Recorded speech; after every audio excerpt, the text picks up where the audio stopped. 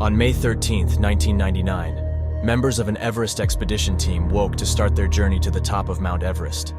It was summit day, and they were all feeling the anticipation of what was to come, despite facing a disastrous week of preparation. The number of things that had gone wrong was absolutely stunning. What they didn't know was that one of the 13 climbers who headed out that day would be abandoned on the mountain. This is the fatal breakdown of the 1999 Mount Everest tragedy. In order to see how the pieces fell apart, you have to go back to the start of the expedition. Climbing Mount Everest isn't for everyone. It takes an incredible level of motivation to truly commit to the process of climbing this mountain. The decision to even try comes years before an actual trip can be planned.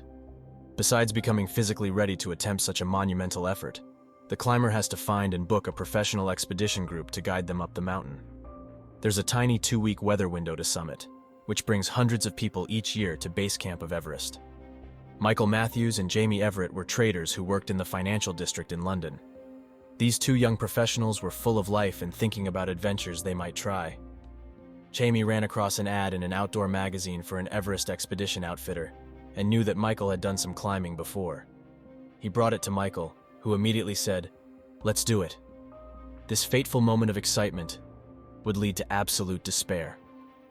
Michael and Jaime had chosen the OTT expedition group to manage their months-long expedition to attempt to summit Mount Everest. Clearly, the men knew that this was a dangerous endeavor, but also held a chance to reach the pinnacle of personal achievement. This expedition was to cost the guys $40,000 each in 1999. That's an incredible fee, but not the highest or lowest that climbers were paying in the same year. The expedition company would be responsible for getting permits, lodging, food, oxygen tanks, Sherpa help, and all necessities on the mountain. When you consider the enormity of the task of ascending Everest, it starts to make sense why the cost is so high. Besides the actual costs and organization required, it's really the expertise that is most essential. A good guide team with lots of experience is the ultimate necessity.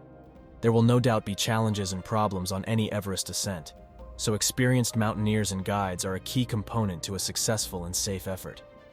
The true backbone of the operation are the Sherpa team members. These men are physically adapted to the elevation and have generations of Sherpa guides in each family. They work so incredibly hard to establish advanced camps, carry oxygen up before the teams arrive, and serve as escorts to the paying client climbers. They are experts in every element of the climbing process and are essential for most climbers to even have a chance at the summit. The expedition leader is in charge of all elements of the climb. Besides the logistics of getting everyone there with all of the proper supplies, he must make the crucial plans for when to hike up to base camp, how many acclimatization trips should be made, and when the weather is best for a summit push, all while contending with the dozen other expedition groups on the mountain at the same time. It's no simple feat. Every person on that mountain is at risk of dying from falling, being crushed, hypoxia, snowstorms, altitude sickness, and hypothermia. Yet, they all still chose to be there. When Michael and Jaime embarked on their trip to Everest, over 160 people had already died trying to summit. They were not naive to the possibility of death, but the hubris of youth assured them that it wouldn't be me. So they hiked up to base camp with the full team of the OTT expedition. The OTT team included its leader John Tinker and 3 guides, Nick Kikas, Martin Doyle, and Mike Smith. They had 13 clients in the group and 7 Sherpas in support of the team. Michael and Jaime befriended 2 Canadian climbers, Dr. Dennis Brown and Dave Rodney. They all enjoyed the 8-day hike through Nepal to reach base camp at Everest. Michael was a fun and lively spirit in the group. He was often the first to finish and brought a joyful atmosphere to the team. Base camp sat at 17,700 feet, which meant that the level of oxygen in the air was about half what it was at sea level. This is the first important obstacle of Everest: oxygen. As you move up the mountain, the amount of available oxygen becomes less and less, until it's at a level that is unsustainable for life. The percent of oxygen in the air is the same as sea level, but the air pressure gets lower and lower as you ascend the mountain. The air gets thinner, and the oxygen available in each breath diminishes. The first weeks of the expedition are spent acclimatizing your body to the higher elevation. The body is remarkably efficient at adjusting to the available oxygen. Right away, the body starts producing more red blood cells to capture oxygen from the air inside the lungs. Michael and Jaime climbed up and back with the team to get used to the lower levels and allow their bodies to continue to make more red blood cells to compensate for the low oxygen. During these climbs, Jaime started feeling a headache and flu-like symptoms. He lost control of his limbs and could not even take steps to climb anymore. It was quickly determined that he had altitude sickness, and his brain was swelling. Despite all their best efforts, there was no way to know that Jaime's body just would not adjust to the conditions. The young friends were devastated to learn that Jaime would have to go back down, and he would not be climbing Everest with Michael. The men said their goodbyes, and Jaime apologized for missing their big adventure. After Jaime left, Michael gravitated toward the Canadian guys, especially Dave Rodney. They teamed up on their acclimation climbs, and Dave recorded many of the events with his camera. They traversed one of the most incredibly dangerous areas of Everest, the Khumbu Icefall. This region consisted of constantly shifting enormous blocks of ice. The scale is only understood when you see the crevasses and blocks with people inching through. The Sherpas set up ladders to cross the gaps, and their temporary nature is evident with every step. Many lives have been lost when climbers fell from the ladders or slipped on the ice and fell to their deaths. There would be no quick escape if the ice came tumbling down, so crossing this area was a tense and mentally difficult part of the journey. A few days after the men got settled at Advanced Base Camp, or Camp 2, they were confronted with some troubling news. The oxygen bottles that had been carried up and stored at the upper camps for each climber were not the right bottles. The outfitter presented it as no problem at all, but the more experienced climbers like Dave were all too aware of the essential requirement for climbing with oxygen. Anything that might make your bottles less efficient would be highly risky. The standard regulators were Russian demand valve type, which normally paired with smaller Russian oxygen tanks. In this case, American and British standard tanks were delivered. They were slightly larger, which might have been an advantage if the regulators would fit properly. The OTT team used some ingenuity to file down the metal threads to make them fit. Nick demonstrated the connection and told everyone that it worked perfectly fine. This connection wasn't well seated, so it was prone to leakage or flow stoppage. Several members of the OTT team later confirmed that many tanks did not work. The regulators would not consistently pull air, and the tanks were leaking from the connection. This was the last thing any climber would want to think about when taking on the toughest challenge of their lives. Despite the difficulties with the oxygen supply, the expedition continued on. Over the next few days, they moved up from Camp 2 to Camp 4 in preparation for the 12-hour climb to the top. This was the first true realization of the incredibly difficult conditions at 26,000 feet. Fingers and toes felt like they were frozen solid. Air was thinning with every step, and the exhaustion was overwhelming. On the very day they were to start the summit push, they woke to hear the devastating news that they wouldn't be climbing today. The expedition leader, John Tinker, had had a suspected stroke. He had to be immediately taken down the mountain, so Nick Kikas was now in charge. Nick ordered everyone in Camp 4 to come down to Camp 2. This was for the safety of the climbers, so that they wouldn't be stuck near the death zone any longer than necessary. If they wouldn't be going up, they must come down. As logical as this sounded, Dave was frustrated. This was his second attempt at Everest, and he wasn't going to let Nick Kikas stop him. Michael and Dave were the last to leave the upper camps, and once they arrived at Camp 2, it was now requested that they come all the way down to base camp. The plan was to gather at base camp and go back up together as a group. This would mean traversing the Khumbu Icefall and then turning right around to come back up. The other climbers were all now recovering at base camp, but Dave convinced Michael to stay in Camp 2 and just wait for them to return. They didn't want to risk the icefall and energy to go to base camp, when the plan was to just return the next day. Nick was now in charge with guides Mike and Martin to lead the groups. Nick was furious that the men did not follow his directives. The main group stayed at base camp for 1 day, then 2, and then a third. Nick told the men on the third day that the weather report wasn't good for the next 5 days, so they should quit waiting and join the group at base camp. Reluctantly, Dave agreed that if the team wouldn't be back for at least 5 more days, they should go down to more fully recover and wait. As soon as Michael and Dave entered base camp, they could sense that the mood had shifted. The other climbers were annoyed that they had tried to skip the return to base camp and now saw them as outsiders in the group. This mental separation would continue for the remainder of the expedition.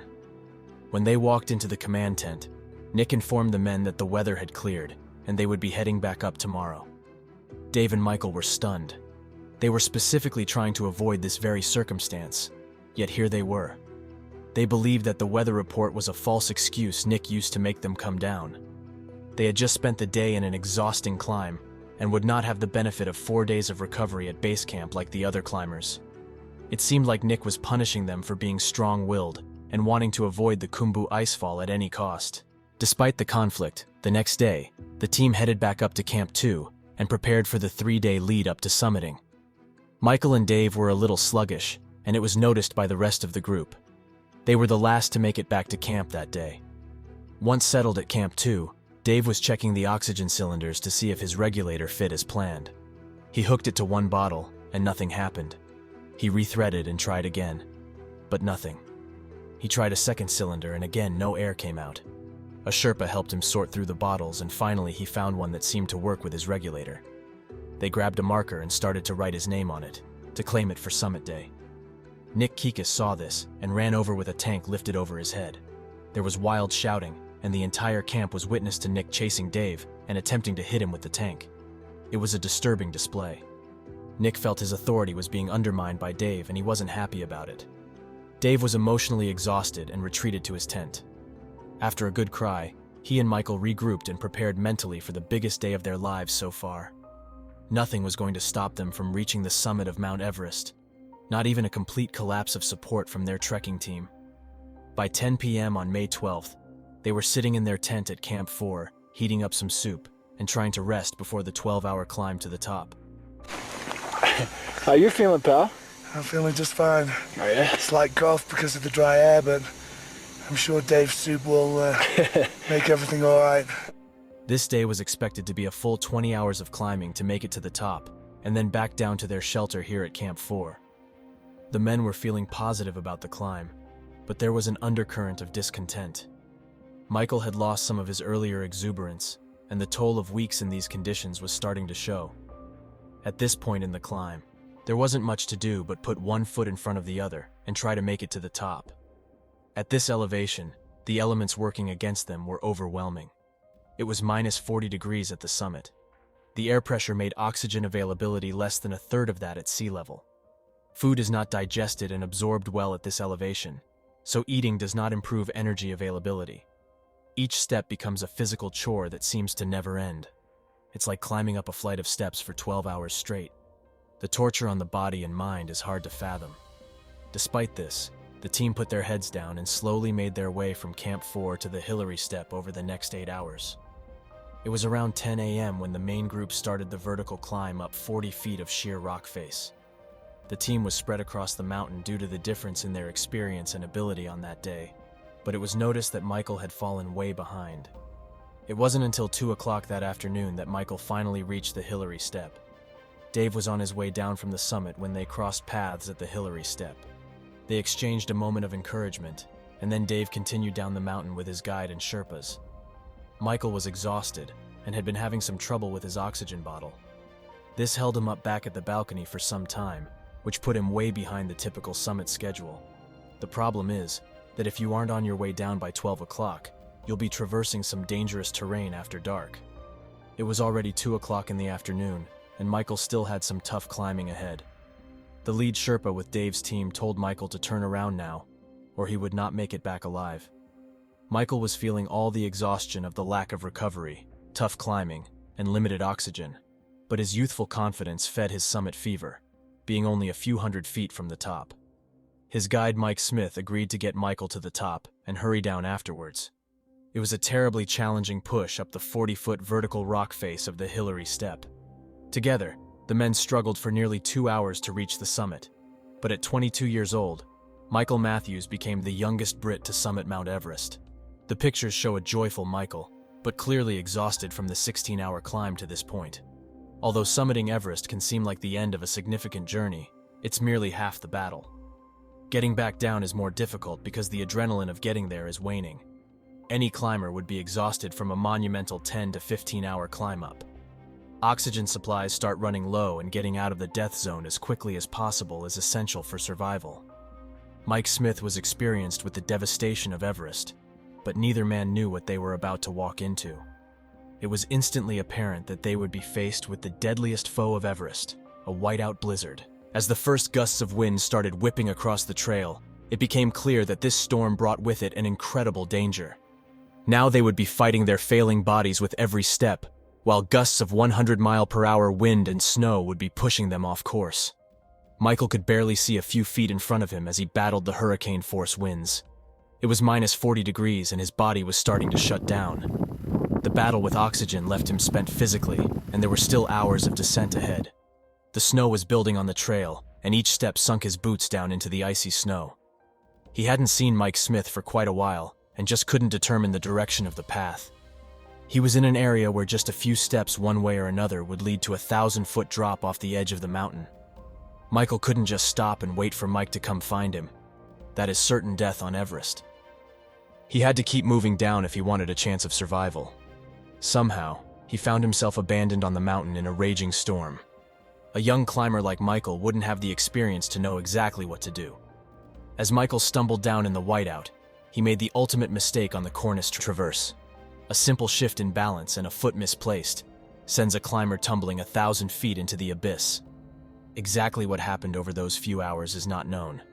Mike Smith claims that he moved ahead of Michael to dig out ropes that had been buried by the storm. Their ability to move, see, and hear were completely impaired, and they would have each been on the cusp of death.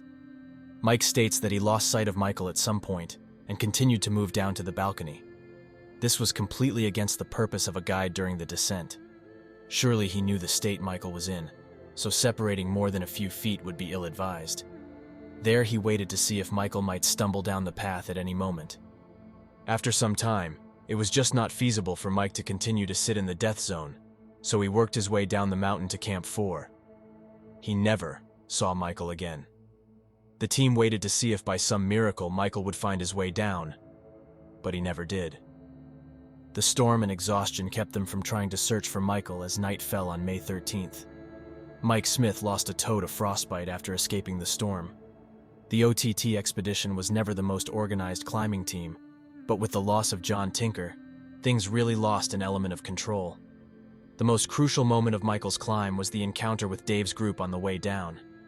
The Sherpa tried to pierce through their fog of summit fever to realize that they would never make it down alive. It was already well past the summit window, and they still had at least 2 hours of climbing to reach the top. The expedition leader would normally be tracking each person's position on the mountain and checking on their condition. John Tinker would have told Mike Smith to turn around and come down with Dave's group. That was the ultimate error. The fact that the oxygen tanks were unreliable, that Michael was slowing down feeling the exhaustion of climbing, and a blinding storm descended, really just compounded that mistake. Despite extensive efforts to locate Michael, he has never been found. A few days after the incident, an ice axe was seen off the course close to a ledge, and it's believed that Michael fell to his death. Later, Michael Matthews' family sued the OTT expedition group, including the guides who were responsible for leading Michael up and down the mountain. The courts cleared the guides of wrongdoing, citing the fact that the dangers of Everest are well understood by climbers, and nothing specifically criminal was done.